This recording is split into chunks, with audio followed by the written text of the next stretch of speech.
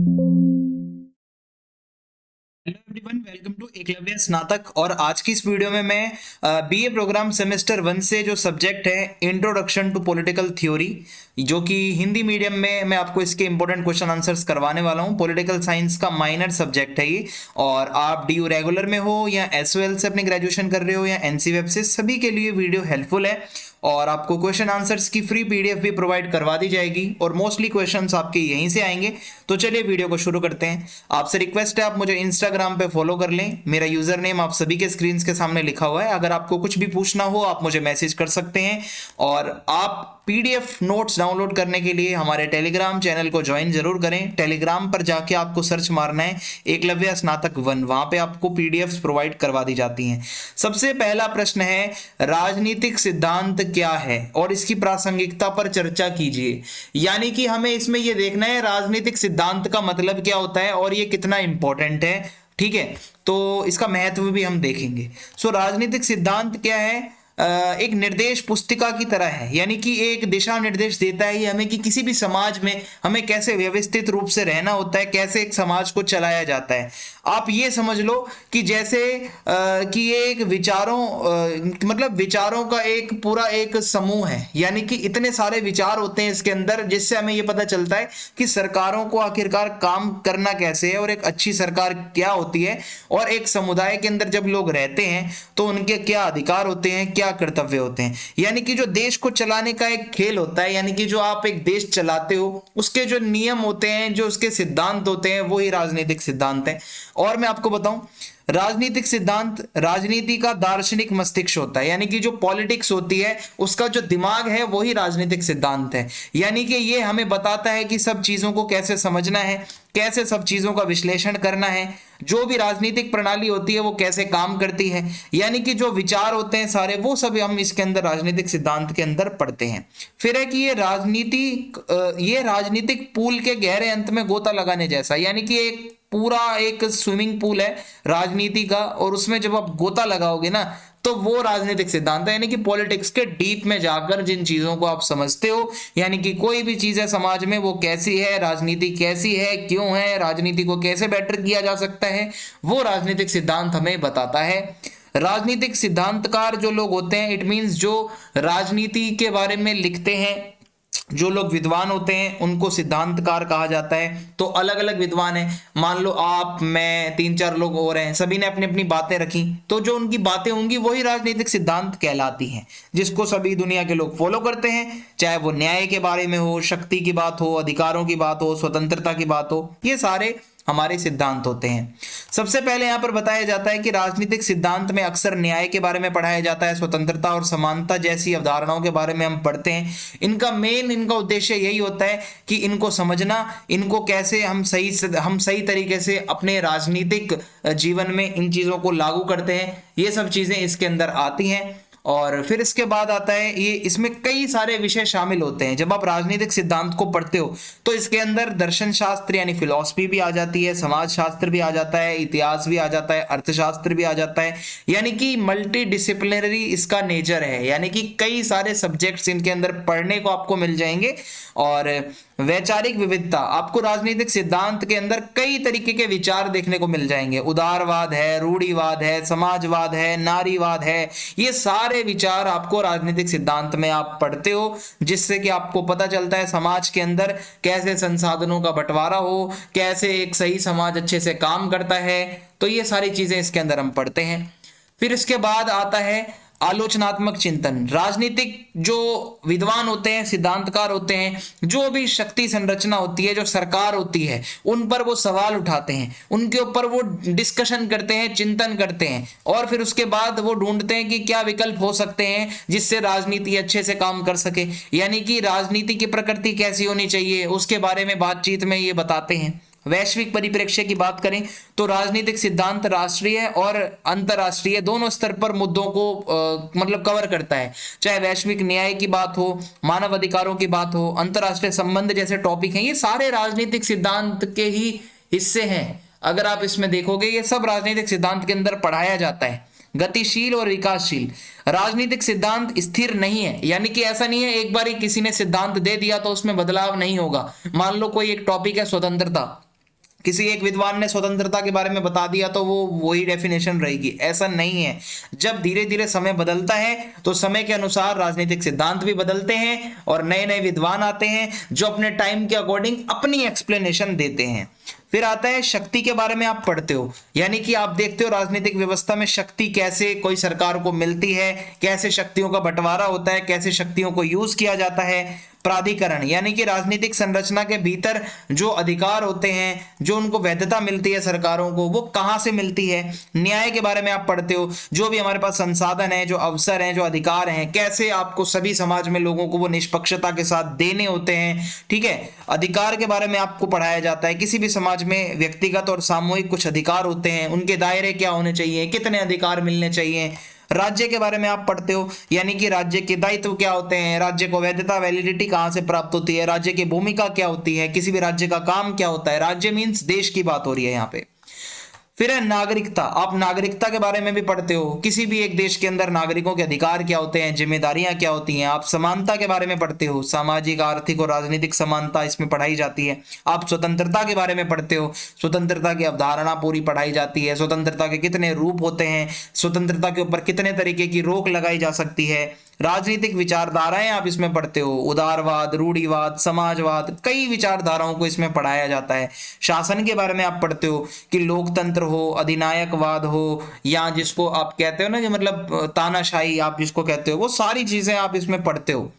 फिर आता है कि इसकी प्रासंगिकता की अगर हम बात करें तो राजनीतिक सिद्धांत किसी भी प्रकार की राजनीतिक प्रणाली हो, नीति बनानी हो या आपको राजनीतिक कार्य करने हो तो उसमें आपको एक ये मार्गदर्शन करता है, यानी कि आपको ये निर्धारित करने में मदद करता है कि राजनीति में क्या सही है, क्या नैतिक है, शासन के लिए ये दिशा निर्देश देता है। तो ये बहुत ज्यादा इंपॉर्टेंट हो जाता है।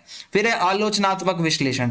राजनीतिक सिद्धांत जो भी पॉलिटिकल कोई घटना होती है तो उसका आलोचनात्मक एक विश्लेषण करता है। कोई भी चीज है तो उसके ऊपर डिस्कशन होता है, उसके अंदर अच्छी बातें क्या हैं, उसकी बुरी बातें क्या हैं, अच्छे से जांच करके हमें विद्वान बताते हैं कि नागरिकों के लिए क्या चीज अच्छी हो सकती है। जो राजनीतिक संरचना होती है और जो विचारधारा उस टाइम पे चल रही होती है उसको अच्छे से विश्लेषण कर सकते हो, आप उसकी आलोचना कर सकते हो, उसमें बुराइयां निकाल सकते हो।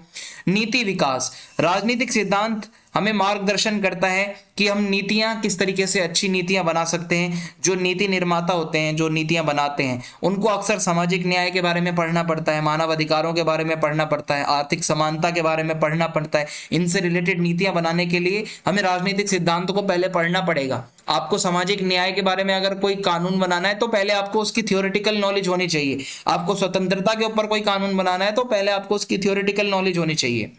फिर आता है ऐतिहासिक समझ। राजनीतिक सिद्धांत जो है वो हमें राजनीतिक विचार के बारे में बताता है कि कैसे ये इतिहास पीछे अगर आप जाओगे धीरे धीरे इसका विकास हुआ है। जैसे आप लोकतंत्र के बारे में पढ़ते हो, आज जो आप लोकतंत्र की डेफिनेशन देखते हो वो आज से 200-300 साल पहले ऐसी नहीं होती थी।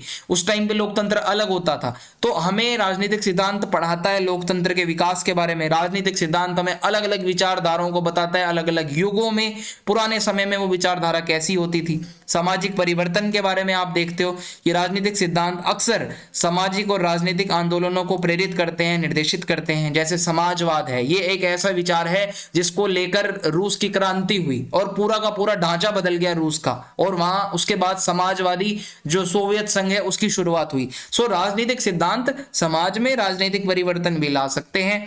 राजनीतिक प्रणालियों को अगर आपको समझना है, राजनीतिक सिद्धांत व्यक्तियों को लोकतंत्र से लेकर सत्तावादी शासन, तानाशाही, सभी राजनीतिक प्रणालियों के बारे में, जटिलताओं के बारे में बताता है, समझने में मदद करता है, जिससे हम किसी भी राजनीतिक विशेषताओं के बारे में हम पढ़ पाते हैं। और अगला प्रश्न है, स्वतंत्रता को परिभाषित करें। स्वतंत्रता की अवधारणाओं को विकसित करने में जॉन स्टुअर्ट मिल या जिनको जे.एस. मिल कहा जाता है, उनका क्या योगदान है। राजनीतिक सिद्धांत के अंदर स्वतंत्रता का मतलब होता है कि सरकार या किसी भी अन्य अधिकारियों द्वारा व्यक्तियों पर या किसी ग्रुप के ऊपर अनुचित प्रतिबंधों की अनुपस्थिति, यानी कि कोई प्रकार का आपके ऊपर प्रतिबंध ना हो, अनुचित प्रतिबंध ना हो, यानी कि आप जो करना चाहो वो आप कर सकते हो, आप आजाद हो। इसमें यह विचार शामिल है कि व्यक्तियों के पास कुछ अधिकार होते हैं, कुछ स्वतंत्रताएं होती हैं जिनकी सरकार को रक्षा करनी होती है, जिनसे व्यक्ति अपने लक्ष्यों को प्राप्त करते हैं, अपने विकल्पों को चुनते हैं, कोई उन पे बाधा नहीं होनी चाहिए। और स्वतंत्रता का तात्पर्य यही होता है कि आप किसी के जीवन के तरीके, व्यवहार या राजनीतिक विचार पर कोई अंकुश ना लगाएं। जो अपना जीवन जैसे जीना चाहता है, जिस तरीके से वो रहना चाहता है, जो भी उसका विचार है, वो उसको फॉलो कर सके, यानी कि कोई आपको रोक टोक ना हो, कोई हस्तक्षेप ना हो। फिर आता है स्वतंत्रता की धारणा। नागरिक स्वतंत्रता आती है। ये क्या है कि जो एक नागरिकों को स्वतंत्रता दी जाती है, चाहे आप भाषण दो, किसी देश में रहकर सभा इकट्ठी करो, आपके धर्म को फॉलो करो, निष्पक्ष आपको सुनवाई मिले कोर्ट के अंदर।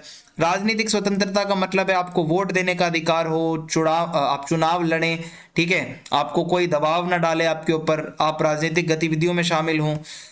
आर्थिक स्वतंत्रता यानी कि आपके ऊपर कोई रोक टोक ना हो, जो भी आप आर्थिक गतिविधि करना चाहते हो सही तरीके से कानून के दायरे में, आप संपत्ति रख सकते हो, आप व्यापार कर सकते हो, आप बाजार के अंदर पार्टिसिपेट कर सकते हो। फिर आता है सकारात्मक स्वतंत्रता। ये क्या है कि ऐसी स्वतंत्रता है यानी कि कुछ ऐसी बाधाएं हो जो अनुचित हो, मतलब अनुचित ना हो, यानी कि ऐसी रोक टोक कुछ आपके लिए जरूरी भी होती है। जैसे जब आप बात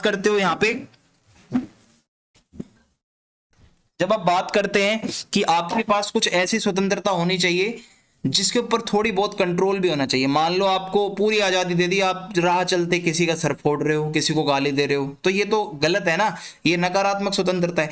तो जब सरकार कुछ कानून बनाकर आपको कंट्रोल में लाती है तो ये सकारात्मक स्वतंत्रता है। फिर आता है नकारात्मक स्वतंत्रता, यानी कि ये बिल्कुल इसका उल्टा है, यानी कि आपको कोई बाहरी बाधा नहीं होगी, कोई आपके ऊपर रोक टोक नहीं, कोई कानून नहीं, कोई हस्तक्षेप नहीं करेगा। आप बिना किसी दबाव के जो करें वो आपकी मर्जी। आप किसी को गाली दें, आप किसी के दूसरे की स्वतंत्रता छीनें, ये नकारात्मक है, नेगेटिव है। तो सामाजिक स्वतंत्रता मीन्स व्यक्तियों को कोई भी समाज के अंदर उनका दमन ना करे, कोई दबाव ना डाले, जो आप करना चाहते हो समाज में रहकर वो आप करें, कोई आपको रोके ना, आपके अवसर ना आपसे छीने। लिंग, नस्ल या किसी भी सामाजिक श्रेणी से संबंधित कोई भेदभाव ना हो। सांस्कृतिक स्वतंत्रता मीन्स आपकी जो एक कल्चरल आइडेंटिटी है आप उसको बचा पाओ, आप उसको पूरी तरीके से फ्रीली आप उसको फॉलो करो, आपका कोई उत्पीड़न ना करे, आप अपनी सांस्कृतिक परंपराओं का पालन करो। फिर है 19वीं सदी के दार्शनिक और राजनीतिक अर्थशास्त्री जॉन स्टुअर्ट मिल। स्वतंत्रता के बारे में उन्होंने एक निबंध लिखा था ऑन लिबर्टी नाम से 1859 में। वो हमें स्वतंत्रता के बारे में बहुत कुछ बताते हैं। ये सबसे पहले अपना हानि का सिद्धांत बताते हैं। जेएस मिल का मेन विचार ये है कि हानिकारक सिद्धांत जिसको कहा जाता है, वो कहते हैं कि व्यक्तियों को अपनी इच्छा अनुसार कार्य करने की स्वतंत्रता होनी चाहिए जब तक कि उनके कार्य दूसरों को नुकसान ना पहुंचाए। यानी कि आप उतने ही इच्छा अनुसार काम करो जिससे दूसरों को नुकसान ना पहुंच रहा हो। और यह सिद्धांत उनकी व्यक्तिगत स्वतंत्रता की रक्षा की आधारशिला है, यानी कि आप किसी और को नुकसान मत पहुंचाओ, ठीक है। व्यक्तिगत स्वायत्ता, यानी कि जेएस मिल कहते हैं व्यक्तिगत स्वायत्ता और आत्मविश्वास का विचार होना चाहिए। उनका मानना है कि व्यक्तियों को किसी समाज के हस्तक्षेप के बिना अपने स्वयं के लक्ष्य हासिल करने की आजादी होनी चाहिए। कोई आप पे दबाव ना डाले, आपकी जो पसंद है वो आप फॉलो करो, आप अपना खुद का कैरेक्टर जैसा रखना चाहते हो वैसा रखो, बट दूसरों को नुकसान पहुंचाए बिना। स्वतंत्र भाषण, जेएस मिल कहते हैं कि भाषण और अभिव्यक्ति की स्वतंत्रता बहुत जरूरी है और ये इस चीज का बहुत ज्यादा सपोर्ट भी करते हैं, ठीक है। तो उनका मानना था कि समाज की अगर प्रगति करनी है, सत्य की खोज अगर करनी है, तो आपके विचारों को कोई ना रोके, आप जो बोलना चाहते हो वो आप बोलो, ठीक है, और यानी कि नुकसान ना हो बस किसी को। बहुमत शासन की सीमाएं, जेएस मिल कहते हैं कि बहुमत के अत्याचार से सावधान हो जाओ। कोई समाज के अंदर अगर ज्यादा संख्या में लोग रह रहे हैं तो उनके पास सारी पावर ना हो, यानी कि लोकतांत्रिक समाज के अंदर बहुमत के पास व्यक्तियों के जीवन को निर्देशित करने की असीमित शक्ति नहीं होनी चाहिए। मान लो एक समाज के अंदर किसी पर्टिकुलर कम्युनिटी के लोग ज्यादा रहते हैं तो सिर्फ उन्हीं को अधिकार नहीं होना चाहिए सब कुछ करने का, तो वो अपने फायदे का काम करेंगे, दूसरों को नहीं सोचेंगे। सो अल्पसंख्यकों के भी बारे में सोचा जाना चाहिए, ये जेएस मिल कहते हैं। व्यक्तित्व और विविधता, जेएस मिल कहते हैं कि व्यक्तियों की जो डाइवर्सिटी होती है, एक ऐसे समाज को बढ़ावा देने के महत्व का जश्न मनाया जहां विभिन्न जीवन शैली के लोग एक साथ रहते हैं। समाज में इनके अकॉर्डिंग डाइवर्सिटी होनी चाहिए, अलग अलग विचार वाले लोग एक साथ रहने चाहिए। एक समाज जब भी प्रगति करता है जब आप एक वैरायटी होती है समाज के अंदर आपके। अगला प्रश्न है समानता के अर्थ और विभिन्न आयामों का विश्लेषण करो। समानता क्या है? एक बहुआयामी अवधारणा है। समानता के कई प्रकार होते हैं। इसका मूल ये कहता है कि समानता का तात्पर्य है कि आप इक्वल हो, आपके साथ समाज में समान अधिकार दिए जा रहे हैं, आपको समान अवसर प्रोवाइड किए जा रहे हैं, आपके साथ समान व्यवहार किया जा रहा है, कोई भेदभाव नहीं हो रहा। इसी को समानता का कहा जाता है। अब इसके कितने आयाम हैं वो देखते हैं। सामाजिक समानता यानी समाज के भीतर जो व्यक्ति लोग रहते हैं समान अवसर मिले, उनको समान अधिकार मिले, उनका बैकग्राउंड कुछ भी हो, उनकी नस्ल कुछ भी हो, उनका लिंग कुछ भी हो, सामाजिक आर्थिक बैकग्राउंड उनका कुछ भी हो, बट समाज में सभी को इक्वल समझा जाए, भेदभाव खत्म किया जाए। आर्थिक समानता ये कहती है कि समाज के भीतर संसाधनों का और धन का वितरण समान रूप से हो, यानी कि सभी को उनके काम के अकॉर्डिंग उचित वेतन मिले, शिक्षा मिले, स्वास्थ्य मिले, सभी को इक्वल। ये ना हो कि अमीर लोगों को सब कुछ मिल रहा है, गरीबों को नहीं मिल रहा। फिर है राजनीतिक समानता, यानी कि राजनीतिक समानता राजनीतिक प्रक्रियाओं से रिलेटेड है, यानी कि किसी से भी जाति, लिंग या धन के आधार पर भेदभाव ना हो, वो वोट डाल सके, वो अपनी आवाज उठा सके, वो चुनाव लड़ सके, जो भी पॉलिटिकल प्रोसेस होता है उसमें वो भाग ले सके। कानूनी समानता ये कहती है कि कानून सभी के साथ समान व्यवहार करे, यानी कि कानून सभी व्यक्तियों पर समान रूप से लागू हो और किसी से नस्ल, लिंग या धर्म के आधार पर भेदभाव ना हो कानून के अंदर। सांस्कृतिक समानता ये कहती है कि अलग अलग संस्कृति के लोग रहते हैं, उनका आप सम्मान करो, ठीक है, और संस्कृतियों को आप जो है समानता के साथ देखो। किसी भी संस्कृति के लोग रहते हैं, आप उनकी रिस्पेक्ट करो जितना हो सके। और फिर उसके बाद है शैक्षिक समानता, यानी कि सभी व्यक्तियों को एक अच्छी शिक्षा मिले, आप चाहे किसी भी समाज से आते हो, कैसा भी आपका बैकग्राउंड हो, पॉलिटिकल, इकोनॉमिकल, जो भी आपका बैकग्राउंड है, आपको आपको एक स्कूल में शिक्षा मिले। और लैंगिक समानता ये कहती है कि जेंडर के आधार पर आप किसी के साथ भेदभाव मत करो, चाहे स्त्री है या पुरुष है, उनको बराबर का रोजगार मिले, बराबर की शिक्षा मिले, बराबर के अधिकार मिले। अगला प्रश्न है सकारात्मक और नकारात्मक स्वतंत्रता के बीच क्या अंतर है? ईजा बर्लिन क्या कहते हैं इसके बारे में, या यशया बर्लिन इसके बारे में क्या कहते हैं, ये आपको बताना है। ईजा बर्लिन का क्वेश्चन बहुत बारी आया हुआ है। नकारात्मक स्वतंत्रता जो होती है वो क्या है? नेगेटिव लिबर्टी, यानी कि बाधाओं और अवरोधों या बाधाओं का अभाव, आपके ऊपर कोई रोक टोक नहीं है, ये दूसरों के हस्तक्षेप से मुक्त है, यानी कि कोई आपकी लाइफ में हस्तक्षेप नहीं करने वाला। सरल शब्दों में बताऊं तो बाहरी कोई हस्तक्षेप नहीं होगा, आप जो करना चाहते हो वो करो। दूसरी ओर अगर आप देखो, सकारात्मक स्वतंत्रता किसी की अपनी क्षमता को पूरा करने के लिए शक्ति और संसाधन रखने के बारे में, यानी कि आप कुछ समाज में रहते हो तो आप कुछ अचीव करना चाहते हो, और इसमें क्या है कि शिक्षा, स्वास्थ्य और देखभाल और व्यक्तियों की सशक्त बनाने वाली कुछ ऐसी आपको स्वतंत्रता मिले जो आपके लिए अच्छी है। मीन्स सकारात्मक है, थोड़े बहुत रोक टोक है, जैसे आप इंडिया में रहते हो तो आप सब कुछ नहीं कर सकते, पुलिस है, अगर आप किसी का सर फोड़ रहे हो तो आपको उसकी सजा मिलेगी, आप ऐसा नहीं है कि आजाद हो तो कुछ भी करोगे। तो स्वतंत्रता की सकारात्मक अवधारणा क्या कहती है? आपके ऊपर थोड़े बहुत रोक टोक होगी, बट उससे आप ही का विकास होगा। संक्षेप में बताऊं तो नकारात्मक स्वतंत्रता ये कहती है कि बाहरी कोई हस्तक्षेप ना हो, जबकि सकारात्मक स्वतंत्रता ये कहती है आप एक समाज में जो भी अपना लक्ष्य प्राप्त करना चाहते हो वो आप प्राप्त कर पाओ, बट थोड़े बहुत आपके ऊपर रोक टोक होगी। नकारात्मक स्वतंत्रता एक ऐसी अवधारणा है जो बाहरी हस्तक्षेप या बाधाओं से मुक्त है, और सकारात्मक स्वतंत्रता से बिल्कुल अपोजिट है, यानी कि सकारात्मक में मैंने आपको बता दिया है कि आप जो भी क्षमताओं के साथ कुछ काम करना चाहते हो वो आप कर पाते हो। दूसरी ओर नकारात्मक स्वतंत्रता बाधाओं और प्रतिबंधों या जबरदस्ती की अनुपस्थिति पर जोर देता है, यानी कि कोई जबरदस्ती नहीं होगी, कोई बाधा नहीं होगी, कोई प्रतिबंध नहीं होगा, आप अपने लक्ष्य प्राप्त करने के लिए जो करना चाहो वो आप कर सकते हो। फिर इसके बाद अगला प्रश्न है, नकारात्मक स्वतंत्रता वो बताती है कि जिसमें व्यक्ति या दूसरों या बाहरी ताकतों के हस्तक्षेप के बिना, कोई बाहरी ताकत नहीं होगी, आप स्वायत्त रूप से आजादी के साथ कार्य कर सकते हो, कोई सरकारी आपके ऊपर संस्था, कोई समाज का लोग आपके ऊपर कुछ नहीं करेगा। और इस अवधारणा की जड़ें जॉन लॉक जैसे शास्त्रीय उदारवादी विचारकों से हैं, प्राचीन क्लासिकल ये थिंकर हैं जॉन लॉक। ये कहते हैं कि हमारे पास कुछ नेचुरल राइट होते हैं प्रकृति द्वारा हमें दिए गए, जैसे कि हमें जीने का अधिकार है, हमें स्वतंत्रता प्राप्त है, हमें संपत्ति रखने का अधिकार है। ये कहीं ना कहीं इसी से रिलेटेड है स्वतंत्रता।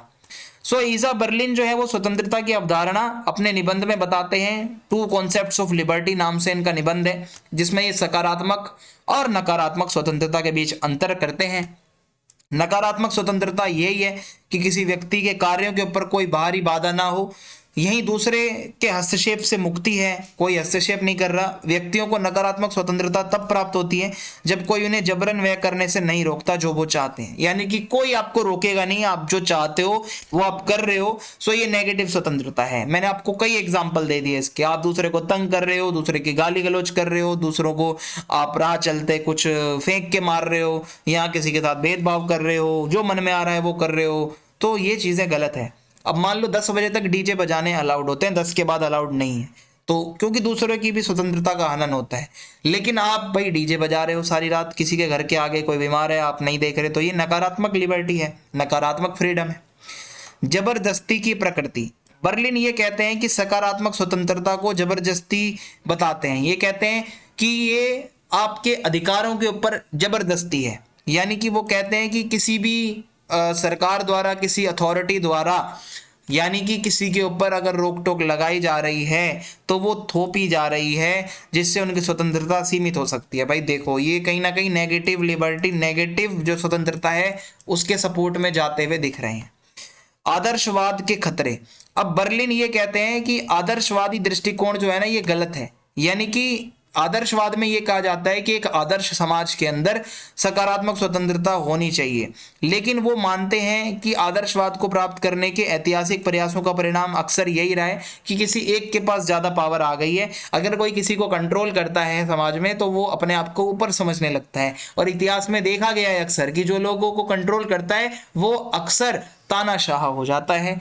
ठीक है, फिर आता है बर्लिन जो है व्यक्तिगत स्वायत्ता को महत्व देते हैं, यानी कि हर व्यक्ति के पास अपनी कुछ आज़ादी हो, अपना रास्ता वो खुद चुने, अच्छा जीवन वो जिए, अपने आप को आगे बढ़ाए, इसकी आज़ादी हो। सो वह किसी भी व्यापक विचारधारा के प्रति सतर्क रहते हैं जो हर किसी के लिए यही कहते हैं कि मतलब भाई देखो, स्वतंत्रता जो है ना वो ऐसी हो कि कोई आके आपको रोक टोक ना करे।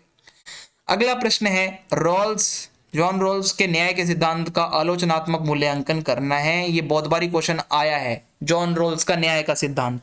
सो ये बहुत बड़े दार्शनिक हैं, फिलोसफर है जॉन रॉल्स, जिन्होंने न्याय के बारे में बहुत कुछ बताया है, बहुत इंटरेस्टिंग टॉपिक है।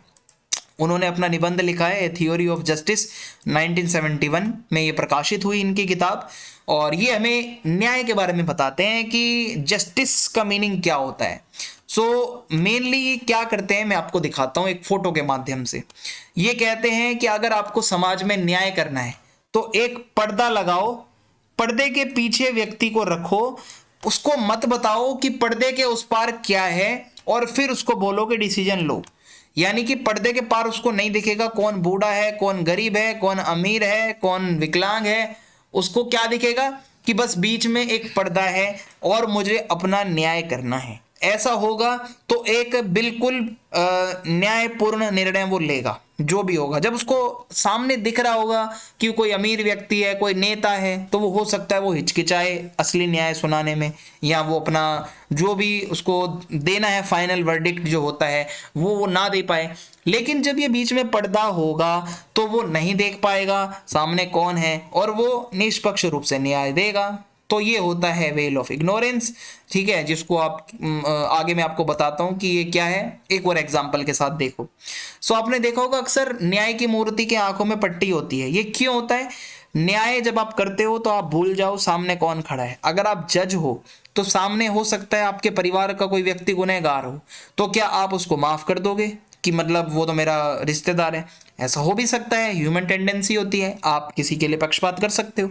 लेकिन अगर आपकी आंखों पे पर्दा होगा तो आप कभी भी देख ही नहीं पाओगे सामने कौन खड़ा है। सो जॉन रॉल का ये जो सिद्धांत है ना वेल ऑफ इग्नोरेंस का, ये यही कहता है आपको अगर समाज में रहना है तो आपकी एक ओरिजिनल पोजीशन होती है, वास्तविक स्थिति होती है, जहां पे आप सभी को इक्वली देखते हो, सभी को समानता के साथ देखते हो। एक पर्दा आ जाता है आपके बीच में और लोगों के बीच में। सो आपको पता ही नहीं चलता कि वो सामने वाला कौन है, क्या उसका स्टेटस है, कितना अमीर है, कितना गरीब है। सो आई होप ये सिद्धांत आपको बहुत अच्छे से समझ आ रहा होगा। सो एक ओरिजिनल पोजीशन बताते हैं जॉन रॉल्स, जहां पर एक काल्पनिक आपको एक कल्पना करनी है कि आपकी आंखों के आगे एक पर्दा है, आप पर्दे के पीछे हो। यहाँ पर आपको नहीं पता किसके पास कितनी प्रतिभा है, कौन धनी है, कौन किस लिंग का है, कौन कौन सी जाति का है, आपको कुछ नहीं पता। आप निष्पक्ष रूप से न्याय दोगे। अज्ञान का पर्दा, यानी कि ये पर्दा वही है कि समाज में आपको नहीं पता सामने वाले की स्थिति क्या है, आपको नहीं पता सामने वाला कौन है। तो जॉन रोल्स का ये तर्क है कि पर्दे के पीछे व्यक्ति हमेशा ऐसा सोचेगा कि उसको पता ही नहीं होगा कि सामने वाला कौन है। सो ये बहुत इंपॉर्टेंट है। न्याय के दो सिद्धांत इन्होंने बताए हैं। पहला सिद्धांत ये कहता है कि रोल्स सभी व्यक्तियों के लिए सबसे बड़ी समान बुनियादी स्वतंत्रता मांगते हैं। ये कहते हैं सभी के पास राजनीतिक स्वतंत्रता होनी चाहिए, बोलने की स्वतंत्रता, सभा यानी कि आपको कोई मीटिंग करने की आज़ादी होनी चाहिए, आपके कुछ व्यक्तिगत आपके पास स्वतंत्रताएं होनी चाहिए। दूसरा सिद्धांत इनका ये कहता है कि सामाजिक और आर्थिक असमानताओं को खत्म करो, जो लोग पिछड़े हुए हैं उनके लिए कुछ कर सकते हो आप, तो वो अच्छी चीज़ है। फिर इसके बाद है, हालांकि जॉन रोल्स के सिद्धांत को कई बारी आलोचना का सामना भी करना पड़ा है। कुछ लोग मानते हैं कि जो इनका ये सिद्धांत है वेल ऑफ इग्नोरेंस वाला, यानी अज्ञानता का पर्दा, ये बहुत ही अवास्तविक है, अनरियल है, लगता नहीं रियलिटी में ऐसा कोई करता होगा। आलोचक कहते हैं कि कई बारी व्यक्ति इसको अगर देखता है फिर भी गलत निर्णय ले लेता है, यानी कि बहुत बारी हो सकता है कि निष्पक्ष सिद्धांत यानी कि एक तरीके से पक्षपात हो सकता है, इसके बावजूद भी कई लोग ऐसा मानते हैं। और एक आम आलोचना यह भी है कि ये बहुत ज्यादा आदर्शवादी सिद्धांत है, यानी कि कल्पना है, एक तरीके से दिमाग में आप सोच सकते हो कि हाँ भाई सुनने में अच्छा लग रहा है, बट प्रैक्टिकली ये फॉलो कर पाना काफी मुश्किल है। कुछ लोग मानते हैं रोल्स का सिद्धांत जो है ना, ये अज्ञानता का पर्दा जो बताता है, ये बहुत ज्यादा काल्पनिक है, ये सटीक रूप से नहीं बता सकता कि व्यक्ति वास्तव में न्याय के बारे में निर्णय कैसे लेगा। क्योंकि आप देखोगे जज बैठता है वो आंखों पे पट्टी बांध के तो नहीं बैठता, ये तो एक मूर्ति पे पट्टी होती है, असली जो निर्णय सुना रहा है उसकी आंखों पे तो पट्टी नहीं होती। सो ये बहुत एक कल्पना वाला सिद्धांत माना जाता है। अगला प्रश्न है, जॉन लॉक द्वारा प्रस्तावित प्राकृतिक अधिकारों का विचार आपको बताना है। जॉन लॉक ने प्राकृतिक अधिकारों के बारे में क्या बताया है? तो 17वीं सदी में बहुत बड़े फिलोसफर हुए जॉन लॉक, जिन्होंने विशेषकर प्राकृतिक अधिकारों के बारे में बहुत अच्छे से बताया है। वो कहते हैं कि कुछ अधिकार ऐसे होते हैं जो हमें प्रकृति से मिलते हैं, जो हमसे कोई ना छीने। जीवन का अधिकार, जॉन लॉक कहते हैं व्यक्तियों को जीवन एक ऊपर वाला देता है, प्रकृति देती है, मौलिक अधिकार है, कोई आपसे छीन नहीं सकता। स्वतंत्रता के बारे में जॉन लॉक लिखते हैं कि आपको अपने को आगे बढ़ाने की स्वतंत्रता मिलनी चाहिए, अपनी पसंद का जीवन आप जियो, आप दूसरों का जो है कुछ बुरा ना करो। संपत्ति रखो, संपत्ति रखने का अधिकार, आप अपनी मेहनत करके जो पैसा कमाते हो, आप अपना घर खरीदो, संपत्ति खरीदो, ये आपका प्राकृतिक अधिकार है। जॉन लॉक प्राकृतिक अधिकारों की अवधारणा आधुनिक राजनीतिक दर्शन का आधार है, यानी कि आज की डेट में बहुत ज्यादा उनको याद किया जाता है। उन्होंने अपना एक निबंध लिखा है, टू ट्रीटीज ऑफ गवर्नमेंट। उसमें जॉन लॉक कहते हैं कि व्यक्तियों के पास मनुष्य के रूप में कुछ ऐसे अधिकार होते हैं जो कोई ना छीने। इन प्राकृतिक अधिकारों में जीवन, स्वतंत्रता और संपत्ति के अधिकार शामिल हैं। जीवन का अधिकार, अपने अस्तित्व को बचाए रखना, कोई नुकसान ना हो, आप अपनी सुरक्षा करो। स्वतंत्रता के अधिकार में यह है कि कोई आपके साथ अन्याय ना करे, कोई हस्तक्षेप ना करे, आप अपने हितों को आगे बढ़ाओ। संपत्ति का अधिकार यही कहता है कि व्यक्तियों के पास जो आप कमा कर पैसा इकट्ठा कर रहे हो, लगातार आप अपना प्रयास करके अपनी संसाधनों के ऊपर दावा कर सकते हो। सो जॉन लॉक का मानना था कि प्राकृतिक अधिकार कभी भी ट्रांसफर नहीं हो सकते, यानी कि आप कभी भी इनको छीन नहीं सकते, चाहे कंडीशन कैसी भी हो। उन्होंने यह भी कहा है कि व्यक्तियों को किसी भी उल्लंघन के खिलाफ इन अधिकारों की रक्षा करने का अधिकार है। कोई आपसे इन अधिकारों का उल्लंघन कर रहा है तो आप अपनी रक्षा कर सकते हो। आत्मरक्षा में आप बल का प्रयोग भी कर सकते हो। अगर कोई आपसे जीने का अधिकार, आपको कोई मारने आ रहा है तो भाई आप रक्षा तो करोगे ना अपनी। लॉक का विचार यही कहता है कि बहुत उस टाइम पे जॉन लॉक को ना 17वीं सदी में बहुत क्रांतिकारी बंदा माना जाता था, जो कि राजशाही के खिलाफ था, राजतंत्र के खिलाफ था जॉन लॉक। और वो कहता है कि आपके प्राकृतिक अधिकार जो होते हैं वो कहीं ना कहीं लोकतंत्र से ही आपको मिलते हैं। फिर आगे है, इन प्राकृतिक अधिकारों ने लोग के राजनीतिक दर्शन की नींव बनाई, यानी कि इन्होंने जो ये प्राकृतिक अधिकार बताए उसी की वजह से आज जॉन लॉक को हम पॉलिटिकल थ्योरी के अंदर पढ़ते हैं। उन्होंने ये भी तर्क दिया कि व्यक्ति इन प्राकृतिक अधिकारों की रक्षा के लिए समाज बनाता है, सरकारें बनाता है। सरकार का काम क्या होता है भाई? आपके अधिकारों की रक्षा करना। फिर उसके बाद यहाँ पे आगे आता है कि जॉन लॉक के अनुसार सरकारें अपनी वैधता शासितों की सहमति से प्राप्त करती हैं, यानी कि लोगों से ही सरकार की वैलिडिटी है। लोग चाहेंगे तो सरकार हटेगी, लोग चाहेंगे तो सरकार आएगी। कोई भी सरकार अगर अपना कर्तव्य पालन नहीं करती तो व्यक्ति अपना विरोध करते हैं, सरकारों को वो उखाड़ फेंक सकते हैं। अगला प्रश्न है, क्या आप सोचते हैं कि सुरक्षात्मक भेदभाव निष्पक्षता के सिद्धांत के विरुद्ध है? यानी कि सुरक्षात्मक भेदभाव का मतलब क्या होता है? ऐसा भेदभाव जो पॉजिटिव है, किसी से ऐसा भेदभाव करना जिससे किसी का भला हो रहा है। ऐसा भेदभाव आप पहली बार सुन रहे होंगे कि आपका भेदभाव करने का उद्देश्य है किसी को नुकसान पहुंचाना नहीं, बल्कि किसी को फायदा पहुंचाना। अब भेदभाव से अच्छी चीज कैसे हो सकती है, मैं आपको बताता हूं।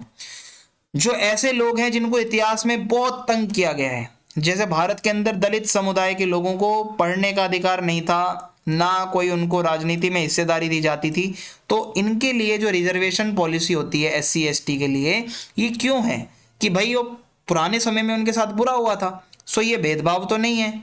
जबकि मैं आगे बताऊंगा, ये एक डिबेट का टॉपिक है और ये आपके सिलेबस में एज अ डिबेट दिया गया है टॉपिक, कि कुछ लोग कहते हैं कि भेदभाव है, खासकर जनरल कैटेगरी के लोग कहते हैं कि एससी एसटी को इतनी ज्यादा रियायत क्यों दी जाती है, ये तो हमारे साथ भेदभाव है, जनरल कैटेगरी वालों को नौकरी नहीं मिल रही, एससी वाले कम नंबर लाके नौकरी ले जा रहे हैं, ये डिबेट का मुद्दा है। जबकि एससी वाले ये कहते हैं कि भाई हमारे साथ बुरा हुआ है इतिहास में, तो हमारे साथ जो ये सरकार दे रही है रिजर्वेशन, ये कुछ नया नहीं है, ये हमारे लिए जरूरत थी।